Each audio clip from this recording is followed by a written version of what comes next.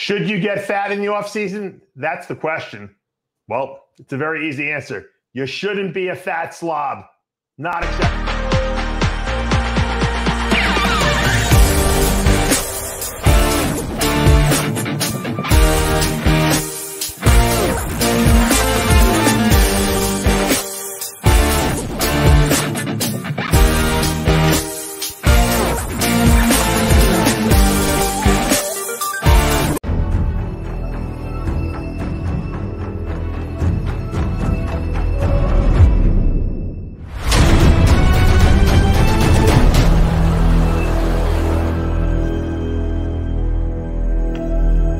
I created Species Nutrition with one mission in mind: to provide bodybuilders and serious athletes with no-nonsense supplements that work.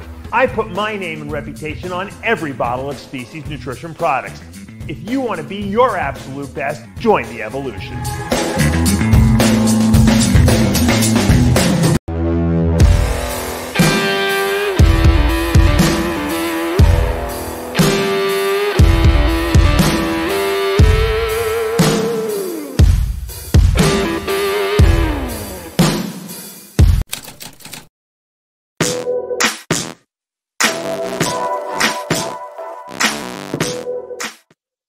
RX Television, RxMuscle.com. This is Ask Dave, your 30-minute question and answer show, weekly question and answer show with Dave Palumbo. Bodybuilding, non-bodybuilding, diet, training, supplementation, whatever is on your mind, it is all on the table. Of course, this weekend, the Pittsburgh guest posing at the IFBB, Jim Mannion's IFBB Pro, Pittsburgh Pro rather. We will be there. We'll be covering the show. We'll be covering the guest posing. So keep it locked to this channel. Saturday, I don't know exactly what time they're going to have the guest posing, so I'm assuming it around anywhere between 5 and 6 p.m. So we will have the footage of that as they come out in their groups individually, and we'll make sure we'll have that on the channel as fast as we possibly can. So keep it locked here. And then, of course, exclusive one-on-one interviews. You're going to have some of the biggest bodybuilders, some of the biggest names in the world present in Pittsburgh on that stage, and we're the likes of Samson Dauda, who earlier today announced that he is in fact going to be training at Oxygen Gym for the upcoming Olympia. Dave, if you wanted to chime in on that, we announced that he announced that earlier this morning. We reposted it, whatever. Obviously, a lot of opinions as Samson Dauda is going to try to do essentially what Brandon Curry did in 2019 and become an Oxygen Olympia champion. Well, you know, we kind of, at the last Heavy Muscle Radio show, when I saw those pictures, I said, you know what? I know no one was committing anything. At that point, I think Chris and I kind of said, well, it makes sense that he'd be out there. He's wearing an Oxygen Gym shirt. You know, financially probably makes sense for him. And, you know, why not? What did Chris say? They're flirting, right? They're flirting. Yeah. So we kind of called it, you know, it was pretty obvious, I thought. And I think it's good for Samson. He's not that far. See, if you had to come from the US, it's a far flight, but from England, it's not a big deal. It's only 4 or 5 hours. And so I think it's a good match for them. I think that it'll put him in seclusion. Those guys, you know, they're going to make him train hard there, and they're going to make him diet hard. And Brandon did very well in that supervised type of a situation. So I think Samson will also benefit from that. And, you know, he's a good guy. He's a dedicated guy. I think that it's going to definitely help him for his Olympia prep. So I think that will be really good. I also want to make an announcement. So we have our good friends at TitanMedicalCenter.com have a libido enhancer sale going on, which, you know, you can never have too much libido, right? As they say. There's going to be on all libido enhancers on their site. It's going to be buy 5, get the 6th free. Also 25% off their PT141, which, as we know, is a very big mood sexual enhancer. They also got Supermans. Okay, they have everything named. Supermans are sildenafil with test, and then a tadalafil with test. So that's Viagra and Cialis. You have the Iron Man, which is sildenafil and arginine, which is supposed to give you even a much better pump in that area down there, as we all want. And then Cupid's Candy. He said, how can you go wrong with Cupid's Candy? That's tadalafil, which is with oxytocin, which we know also enhances sexual, you know, desire, and PT141. So that you get everything in Cupid's Candy. So check them out. Contact them at titanmedicalcenter.com. Tell them that Dave Palumbo, RxMuscle, sent you. You'll get a discount. And on all these libido enhancers. So, the spring's coming, summer's coming. I think everyone is getting all sexed up, and Titan is right behind us. So thank you, Titan Medical Center. I just wanted to give a quick pop. So again, speaking of the big guest posing this weekend at the IFBB, at Jim Mannion's IFBB Pittsburgh Pro. So, I mean, you see some of the literal who's Hunter Labrada, Rami, obviously we're going to see him for the first time since his Arnold Classic appearance a year and a half ago. Derek Lunsford, fresh off winning the Olympia. Nick Walker off his injury, and we'll see what he's going to look like 1 week out from the New York Pro. Andrew Jack. I mean, obviously, Chris Aceto telling us all about some of the size gains that he has made with the time off. Urs is going to be guest posing. Chris Bumps is going to be making an appearance. Martin Fitzwater. Look, one of the hot names coming into that New York Pro, so you'll get an early preview fresh off his win at the Detroit Pro. And again, those videos from the guest posing we're going to have available on the channel as fast as we can get them up. So keep it locked. If you haven't already done so, subscribe below and hit the notification bell. So as soon as those go up, you'll have them in your inbox. Go to the questions. The first two questions on the show from the Dave Palumbo Experience app. First question: my shbg has elevated and is bringing down my total and free test. What should I do? All right. Well, that's sex hormone binding globulin. That's in our bloodstream. We have proteins that circulate, and there's different ones that address different hormones, and they bind different hormones. The sex hormone binding globulins grab up testosterone and the androgens and will inactivate them. So the more bound, sex hormone binding globulin you have, theoretically, the less that's free. But it's kind of a distraction, and you could kind of interpret some of those results badly, because if you're natural and your sex hormone binding globulin is high, that's not good, because that means that you're binding up most of the testosterone producing. If you're injecting a lot of testosterone and other drugs into your body and your sex hormone binding globulin is higher, okay, it doesn't mean that you're not going to respond to the drugs, because there's so much drug in your system that there's still a lot around that's going to help build and repair muscle. So when you're on a cycle, sex hormone binding globulin is really not a very good metric of what your anabolic drive is in your body. And I guess that's the easiest way to put it. So did he say he's on testosterone, Sid? I don't think he clarified that. No. I mean, I'm assuming he's on something.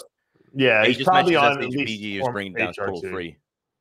Yeah, he's probably on at least HRT. But my point is that I don't necessarily know if sex hormone binding globulin, it's not bringing down his total testosterone and his free testosterone, because total testosterone is what's in the bloodstream. So how much of that is free and how much is bound, that's influenced. So total testosterone is not going to change.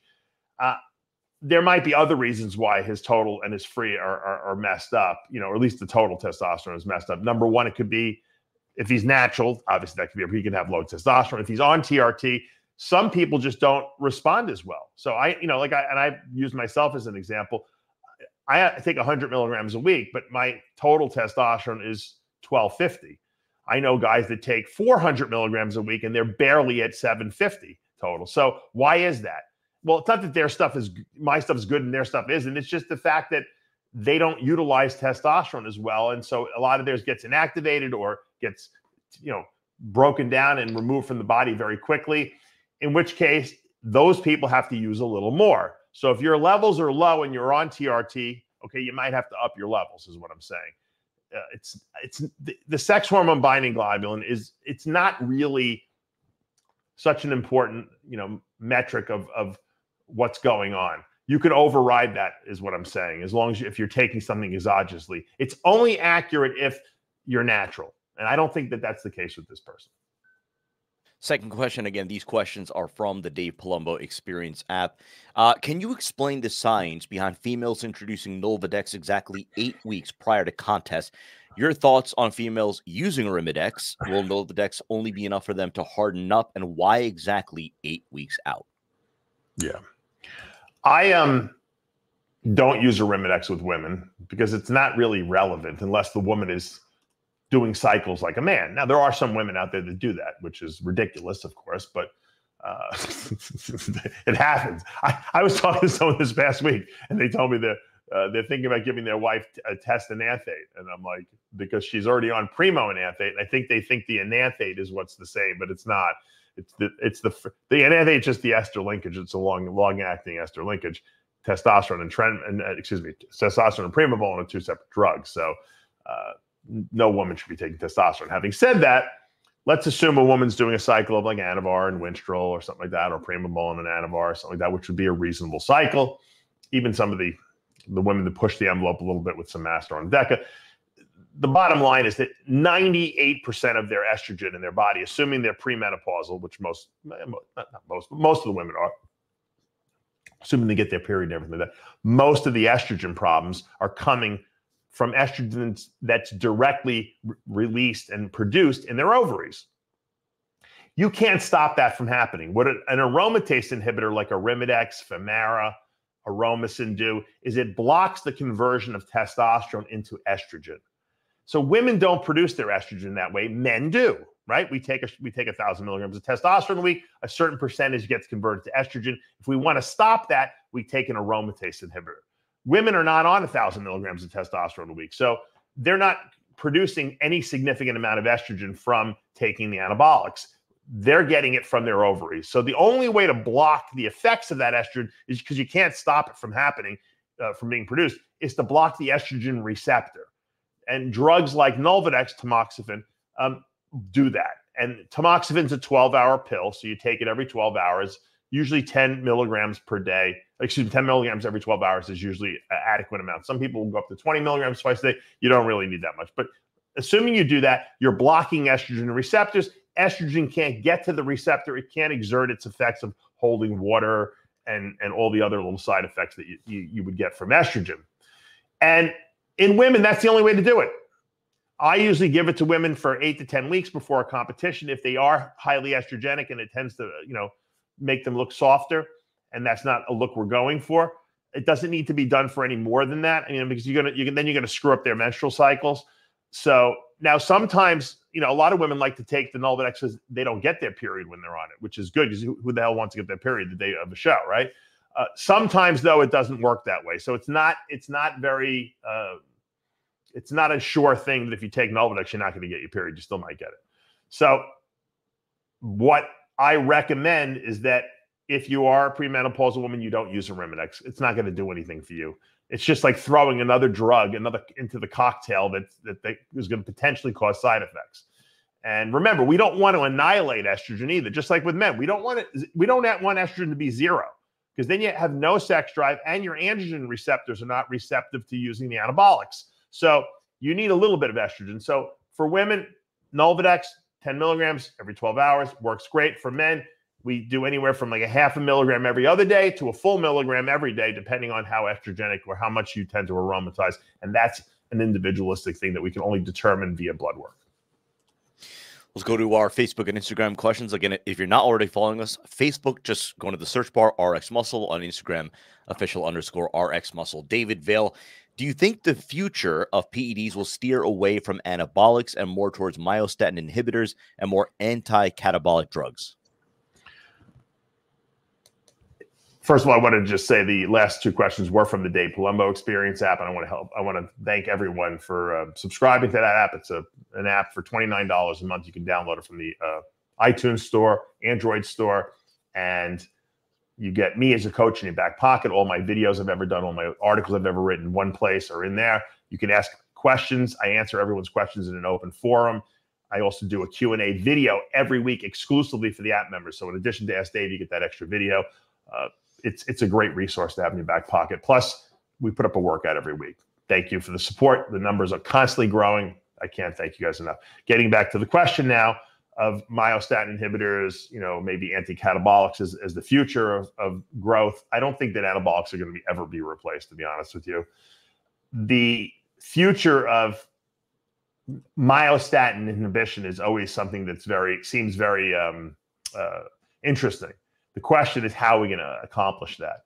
And as far as anti-catabolics, we've been talking about anti-catabolics. Steroids are anti-catabolic. They counteract the effects of cortisol.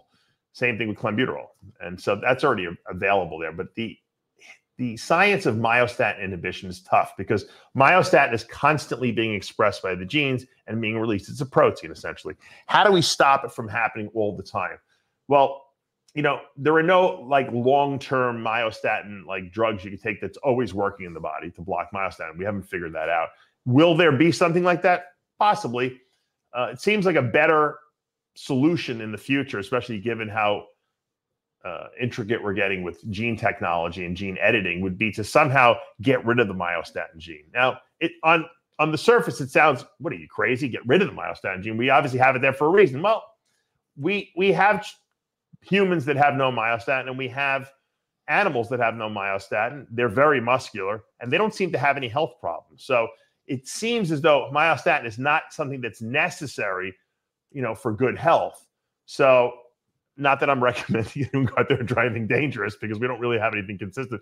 Eventually, they will have some sort of cocktail that you'll inject into yourself with a viral vector and using CRISPR technology. CRISPR is basically a genetic scissor. It kind of can cut out different genes, given, you know, whatever sequences they can trim out and use for the CRISPR techniques. And then they put them into a virus, which is not a virulent virus anymore. It doesn't really do anything, but it's a delivery system. And the virus can intercalate itself into every cell in your body, and it can cut out the myostatin gene. That's probably the technology of athletes and bodybuilders in the future. Sounds a little extreme and crazy, but you know what? Once people start doing it, it'll be like getting a nose job. You know, oh, he got CRISPR. He did CRISPR. Of course, he did CRISPR. It'd be like, you know, bodybuilders all go for, you know, gynecomastia surgery. Oh, he got his CRISPR, you know, therapy. But obviously, until they get the thing down pat, you know, where they can safely remove only the myostatin gene and not anything else attached to it, we might be another 10 or 20 years off from that. I'm not sure. Let's go to Pete Pingle. So Ron Harris recently put out a couple of videos titled Mass Monsters, and you're featured in the second one. My question is, and you do get a lot of questions about your life as a mass monster, the good, the bad about being that big. And then finally, do you miss it? You know, I saw the Ron sent it to me. He sent me a link to it, and so I watched it. Thank you, Ron, for mentioning it. But I was a little horrified. I think he showed like I don't think it was the USA Championships or the Nationals. I don't remember what show it was from. Where Matt Duvall was there, Eric Fromm was there. There was, I think, Mike Horn was there. All these guys, and I actually I actually beat all those guys in that show, interestingly enough. But they were all dead, and it was like, I think it was only me and one other person was still alive in the whole lineup, and I was like, holy mackerel, that's kind of scary. But it's true, you know. And it, you know, I don't know if it has anything to do with how big we were or how big they continued to be. You know, it's scary to see that. Do I miss it? No, because I reveled in it when I was there. In other words, I didn't leave anything on the table. I didn't, and I've had this conversation with a lot of other bodybuilders too. I said, you know, I don't like ever say to myself, man, I wonder if I can go back and compete again, or if I, you know, because I know I can never be as big, but maybe I could be good enough to, like, you know, whatever, get a pro card at Masters National. But I'm always saying, like, so yeah, but I'll never be as good as I was. And I really got to a point where I was very happy with you know, how big I got and how I did look. So I kind of got it out of my system. I'm one of these guys that once I accomplish something that I put my mind to, I'm good with moving on to the next thing that I want to do. Whereas some people never can let go of that one thing, because maybe that's the one thing that that's the only thing they're really interested in doing. So no, I don't really miss it.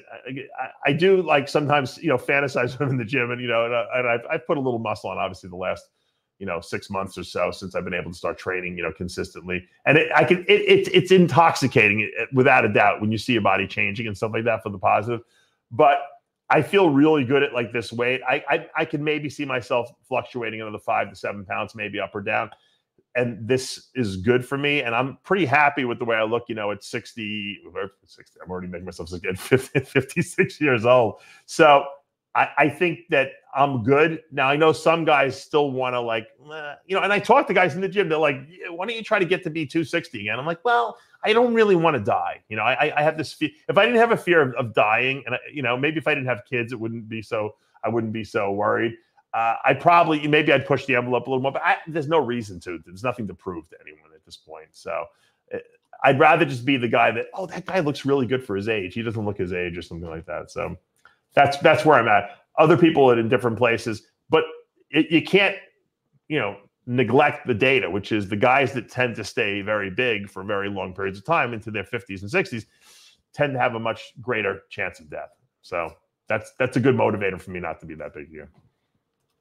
Let's go to Gringles Facile with Connor. If I want to cut, what happens if when calculating the macros I need based on my body metrics, it tells me to eat calories that are actually higher than where I'm at now? I think I may need to reset my BMR due to probably under eating for a long period of time. I'm wondering if in order to cut, I will actually need to increase calories for a while and then start the process, because cutting from where I am now might mean going down to just an unreasonably low level of calories that is just not sustainable. He says I am 100. Okay, so 100% natural. And read the first line again, the first like 20 words. Right. So if I want to cut, what happens if when calculating the macros, that's it. Stop right there. Stop right there. Calculating the macros. Like, I don't know what he's basing his calculations on. And he mentions calories. And when I hear the word calories, I start to cringe, like, ooh.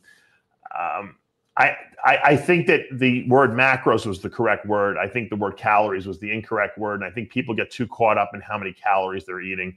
And they think that there's a magic number. But the problem is macros don't equal calories. And, maybe I should explain that for people who don't really know the definition of both terms. Macros is how many grams of carbs, how many grams of fat, how many grams of protein I'm eating.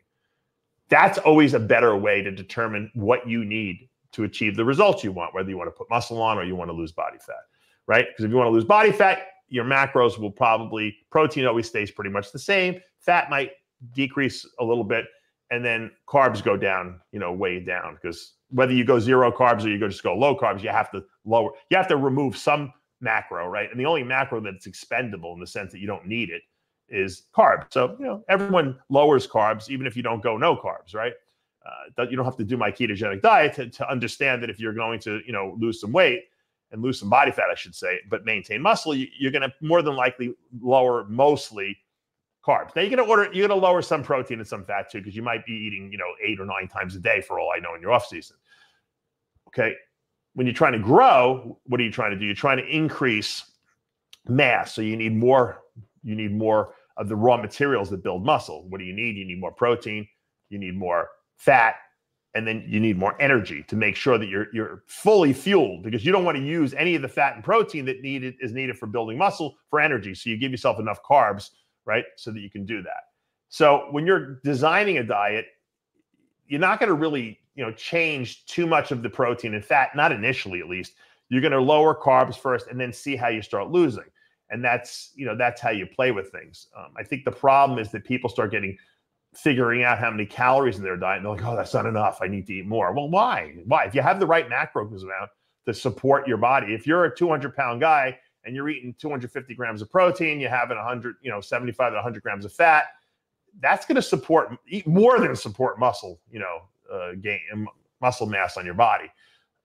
Then you just have to figure out how many grams of carbs do I need if you're going to do a carbohydrate-based diet to sustain you with enough energy to get through the day, but also be in a deficit so that your body's digging into stored body fat to pull energy. And I think, once again, I just see too many people using these calculators, these apps, and they look good there, but they're just they're basically mathematical formulas. And unfortunately, we're not robots. If we were robots, then a math formula would be perfect, because we would be able to figure out exactly what we need. We're not, though. We're not robots. And so our bodies respond differently, all of our bodies. And so that's why it's good to have a coach who will give you a basic template to start with and then modify it from there according to how your body responds. And that's really the best answer I can give you. To get all panicky about whatever your calculator tells you is your caloric requirement for the day is really probably not an accurate assessment. And I think that's your frustration and what you're figuring right here when you're asking this question. Let's go to Bitcoin. Will dosing protocols for HGH fragment. Thoughts on combining HGH with HGH frag for increased fat loss?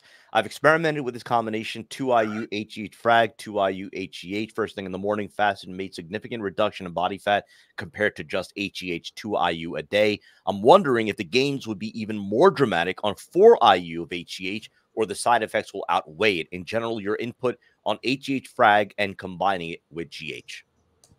Well, I'm glad to hear that someone's gotten results on HGH frag, because I don't know anyone who's got any results on it, to be honest with you. I truly believe it's the growth hormone that's probably burning most of the fat. But you claim that when you added the frag, it's getting more. That's great.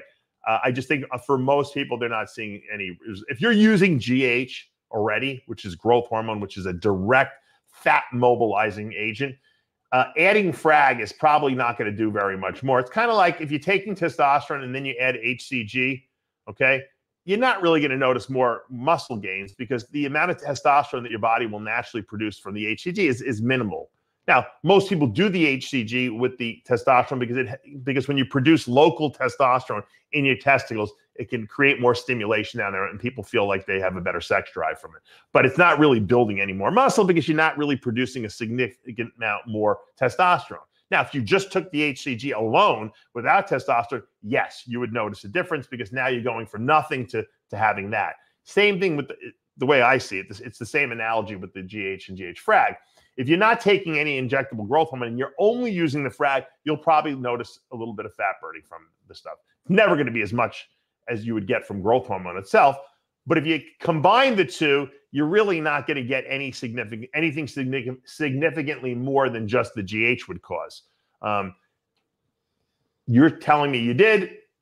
I think you're an anomaly rather than the typical person who would do it, because I know a lot of people who have tried it, and myself included, and just did not see any results, significant results from it compared to what GH would give you. Okay, so I need to put that out there because most people who do this are going to say, this guy doesn't know what he's talking about. I tried it, it didn't work. But it makes sense. But if you don't have the money and you don't want to do GH, or you don't have access to it, and you try the GH frag, you might notice some fat burning from it. It's just not going to be as significant as what you would get from taking real GH.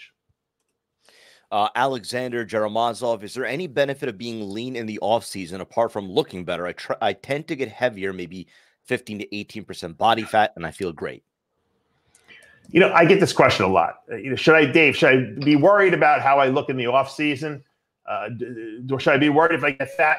Well, you don't want to be a fat slob in the off season. I mean, that's not what that's not the look we're going for. That's not going to help you, in your bodybuilding journey. But having said that, you can't be. I have guys that I work with and women who are obsessed with being shredded in the off season. You do that, you'll never grow. Okay, so there is going to be a little bit of uncomfortableness in the off season. You're going to be bloated in your stomach because you're eating a lot of food. You're not going to have you're going to hold some water. You're not going to be as sharp as you look when you're dieting for a show on low carbs. It's impossible. And if you try to balance that, in other words, if you try to get that look while you're doing off season and trying to grow, you're going to accomplish zero. You'll stay lean and you'll never grow. Doesn't happen. But, and here's the proviso, that doesn't give you a license to be a fat slob and have fat hanging off your love handles there. Okay, so there's a balance. So when I work with people and I see them gaining weight, I'm good with it until I see that they're sloppy. If they start getting a little bit sloppy, I pull them back a little. I might give them a little cardio. I might pull some of their food back a little bit. And I try to keep them balanced, and I might do that for a week or two. And then, all right, they look better. And then I'll start feeding them more. So I do it sporadically, because if you're in an off-season scenario and you're always doing cardio every single day and you're restricting their food, they're not going to grow either. So it's a balancing act. Now, it's a little harder, I find, with women, because women tend to gain very easily. Some women do. And because they gain real easily, they can get fat real easily too. Just by giving them a little extra food, which is amazing when you think about it, because you figure, oh my God, how are they growing so easily? Or how are they gaining this much body fat? They're only eating, 85 grams of carbs a day. Some people are very carb sensitive. Some people put size on real easily, but they don't lose fat easily. So you have to know who you're working with. There's not one size fits all for that. That's why it's important. That's why I like to work with people in the off season too. I might not have to give as much input in the off season because, I'm not trying to get someone in shape for a competition, but I could prevent them from turning into, a fat slob, or to not making the gains they should be because they're not eating enough food. So it goes both ways. And that's why it's nice to supervise both off season and pre-contest. Raw muscle glutes, your take. I'm not sure if you've really done any deep dive explanations on this, but your take on cold plunges has really skyrocketed in terms of popularity lately. Yeah, the only cold plunges I've ever done was when my hot water heater goes out in my house and I take a cold shower. And it is refreshing, but it's not something I would want to do every day. And once in a while, I read about the cold plunges, and I'll jump in my pool in the winter, which here in Florida, it doesn't get that cold, but it gets cold enough that the pool can get down to the 70s. And that's pretty cold. I'll jump in for a second and come out. But I know some people will do the super, super cold plunges. And, you definitely get a refreshed feeling from it. I know there's some research to show that it helps with, stimulating, things in your body that help with the rejuvenation and healing and all these different things. And I'm not against it. Probably if I had a tank, I probably, and I do it. I actually have a friend who has a clinic out on the other side of the other coast of Florida. He's been inviting me out there to do his cryotherapy stuff. And I probably will come out and do a video on it when I have a free moment. I know I've been putting him off a lot, but I'm going to get out there. I promise. He's he's invited me. He even said he'll put me in a hotel. So I'll come over there one of these days and I'll do one. So I do like the idea of what the theory is behind the research. If you have access to do cold plunging, I don't think it can hurt, especially if you're training hard and you want to help speed recovery. That cold water will stimulate, circulation to the area. And there's definitely some research that indicate that it could help. Is it going to be significant? Who knows? Even if it gives you 1 or 2%, and you're at that elite level where you're competing, I say every little percentage point counts. Let's go to Bilal Hamide. For people with a more dominant tricep and an inferior bicep, even though the same intensity is applied for arms, what can be done to bring the biceps to the same level of, quote, dominance as the tricep? Well, you can, as Chris Cicito would say, you can jimmy them up. You can site inject them. That it works. I mean, some people who have very stubborn biceps tend to respond well to site injections.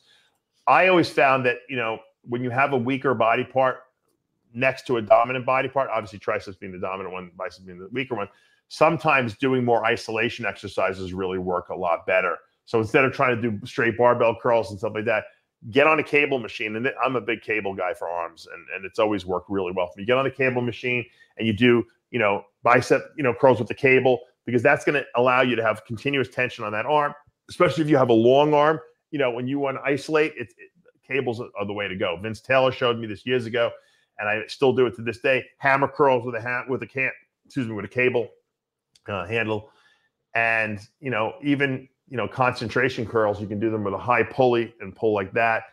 These are ways that you're going to isolate this arm, and you can still lift heavy, because it'll start out, you'll be weak because you're isolating the arm. Then as you build strength doing that, you'll see your arms will really come up in size quite a bit, or at least the biceps will, because you're isolating that bicep. Whereas before, maybe you have an overbearing body part like your triceps or something like that, might be dominating and not allowing you on the compound movements like barbell curls, preacher curls. It might just be your arms are just not getting stimulated enough, because maybe your shoulders are taking over, or maybe your back is you're cheating with your back. And I just find that when you isolate, you tend to get better results that way. Now, if you have a great body part and you do barbell curls, then I wouldn't change anything. But if you're having trouble, try isolation. I did want to bring this up only because, again, it was in the news last week, and there's been some follow-up regarding it. And that is, of course, Ryan Garcia testing positive for ostarine. But then he had another drug test. So I'm going to just put this up on screen so you can take a look at exactly what I'm taking a look at and give your opinion. Because, again, there's been, obviously whatever came up in the test, is you look at what Dan Rayfield, veteran reporter, urine sample that Ryan Garcia provided April 19th. That was positive for ostarine. Also showed banned PED, androsterone, needed more testing to be confirmed. That's done.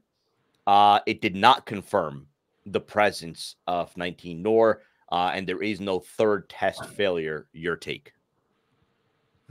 Well, it appears, though, somehow he has ostarine in his system. So ostarine, which is a SARM, obviously, and does have performance-enhancing benefits. Now, the weird thing is that this guy was being tested throughout his training camp. Now, I don't know how many other tests he had, but I know that the February test that he took, he was clean.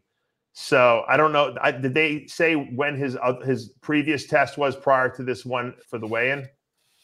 I'll have That's to where look I into can't that find now. information. I was looking for that, like to see if did he get tested a month earlier or a week earlier, 2 weeks earlier. I don't know when his last test was. You know, the one thing that I don't understand in all this is that they do get tested throughout the course of their run up to the fight. No, that's So what I'm saying. yeah, so that's what I don't understand is if somebody tests negative, how then We do you don't know if he did though, because yeah. I don't know. The only test I saw was from February. His last time he was tested voluntarily. This is voluntary. It's not mandatory by the boxing league. He voluntarily got tested. Why he would voluntarily agree to be tested right before the fight, because it wasn't mandatory, I don't believe. And he knew he was taking stuff, that would be insane, right? I mean, so I don't know why he would do that. It doesn't make sense to me. So it seems suspicious. And I do know people inside his camp who said that, there's no way he was taking anything. Was it a tainted supplement? It is possible. But, you fail. They always call it the no supplement rule. You cannot blame supplements for failing. So if you take something that's, because you bought it off the internet and you don't know the company and they're not a reputable company or a company that you're going to trust from using their products, and then you fail, it's no one's fault but your own. That's always been the rule. And I agree with that rule because, that's why, we have such a solid reputation in Species Nutrition because our supplements are tested for all that stuff. I know my supplements are not tainted, but and I don't think that there are companies out there that are putting stuff in there purposely. I think they just don't know and they don't bother testing because they just want to get the shit out. They want to make money and they don't give a crap. And then there's probably some companies that do put stuff in there because the products work better like that. I don't know, but if I were him, I would take every bottle of supplements that he ever used and I would have them tested by an independent lab. And if he finds that they are tainted, he should sue that company. Okay, he should sue their asses off. And that's what I would do if I were him. Now, if he can't prove, if all the supplements he's used, none of them are tainted, then it's starting to look more like either someone screwed with his urine sample or he was really guilty. I think we all like Ryan, so we don't want to agree. We don't want to believe that he is guilty, and he doesn't look like he's taking anything, but that doesn't mean anything, So I feel bad for him, and I know that he's made some controversial statements out there, especially he's really for the protection of children. He's talked about pedophiles out there. He's also, he's friends with Donald Trump, so there's a lot of reasons why people might want to smear his name. And I really hope that's not the case. Let's go to George Relentless. Can test enanthate be water-based? Well, no, because the enanthate linkage is a oil-based linkage. So it has to be suspended in oil. And you see, you could take something like Winstrol, which is water-based. And when we say water-based, Winstrol or test suspension is really just testosterone powder and or stanozol Winstrol powder in sterile water. There's no linkage to it. So it's just that's why it's called suspension. It's just suspended in there. That's why you have to shake it up before you pull it up. You can't just take a steroidal compound that's ester linked, like propionate, cypionate, and enanthate, and just throw it in water. You can't do it. It doesn't work. So no. Dylan Eccles, how long would you throw in letro before a show? Well, letrozole is like Arimidex. It's like Femara. It's also known as it is Femara, letrozole. And usually, if I have guys using that because that's all they can get, I'll have them do 2.5 milligrams usually every day. Contest prep. I might raise it to 5 milligrams the last couple weeks. But I put it in the whole prep. If you're using it 1,000 milligrams of testosterone a week, which is pretty par for the course for most competitive bodybuilders at a high level, then you're going to convert some of your testosterone to estrogen. And it's going to be enough that you're going to need an aromatase inhibitor. There's no doubt about that. If you want to stay dry and harder looking, you don't want to lose a lot of your testosterone to estrogen and then have estrogenic side effects from it, you're going to need an aromatase inhibitor. If you're going to use Femara, I would just say stay on 2.5 milligrams the whole daily for the whole cycle. For guys that might be too much because some people just don't aromatize that much. And you can tell that by your, getting blood work. If your estrogen levels are too low, you might want to cut back to every other day, 2.5 milligrams. But for most people, 2.5 daily seems to work really well. Take one more from M. Seta. Opinion on Halo for end of prep. dose? Also, did you use it when you competed?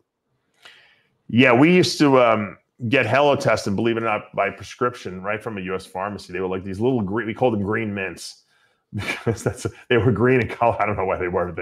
So we would take 20 milligrams daily for 2 weeks before the competition. You don't really want to take them long. They make you really nasty. It's like Trenbolone. I mean, you just did a terrible mood on this stuff, and they're pretty toxic. So for 2 weeks, it's not a big deal, but there's no reason to take them for longer than that, because halotestin, ironically enough, even though it's a super high androgen that doesn't aromatize, doesn't convert to estrogen, that's why it makes you look good, it doesn't have any anabolic property, so it doesn't build any muscle. So there's no reason to stay on it for longer than a week or two, because it's not going to do anything beyond that. But, in today's day and age, with all the Trenbolone that's around, you probably really don't need halotestin. But us bodybuilders, if we got access to it, it can't hurt, type of thing. It's like the chicken soup thing. Hey, if you got a cold, can chicken soup cure you? Well, it can't hurt. That is going to do for this episode of Ask Dave. A reminder right now on the channel, all new episodes of yesterday's explosive episode of After Hours. If you haven't already watched it, it was sort of a continuation of last week's episode. This time, I guess the matchup, quote unquote matchup, was Lee Priest against Armand and Larry. It got pretty heated at times, so you're going to have to check it out. Got pretty confrontational at times, so and ended pretty much without any sort of resolution. But that is live on the channel. All new episode of Jimmy the Bull and Lee Priest's new show, The Confessional, where Lee talks about his upcoming trip to Russia. And then, of course, all new episode of the Dave Palumbo podcast, where Dave and Lee react to everything going on with the bizarre case of Connor Murphy. And then, of course, all new episode of Heavy Muscle Radio with special guest King Kamali, revealing some of the drama happening in the guru circles, featuring Milo Sarcev. Reminder, this weekend we're going to be at the Jim Mannion IFBB Pittsburgh Pro. We're going to have full coverage of the show, in particular the big guest posing. So as soon as we can get those videos live on the channel, we will do so. So if you haven't already done so, subscribe below, hit the notification bell so you're not going to miss those videos or anything else that we have going on the channel. If you like what you're watching, hit the like button, comment below, and as always, we appreciate all of your support. For Dave Palumbo, I'm Sadiq Faruqi. We'll see you next time.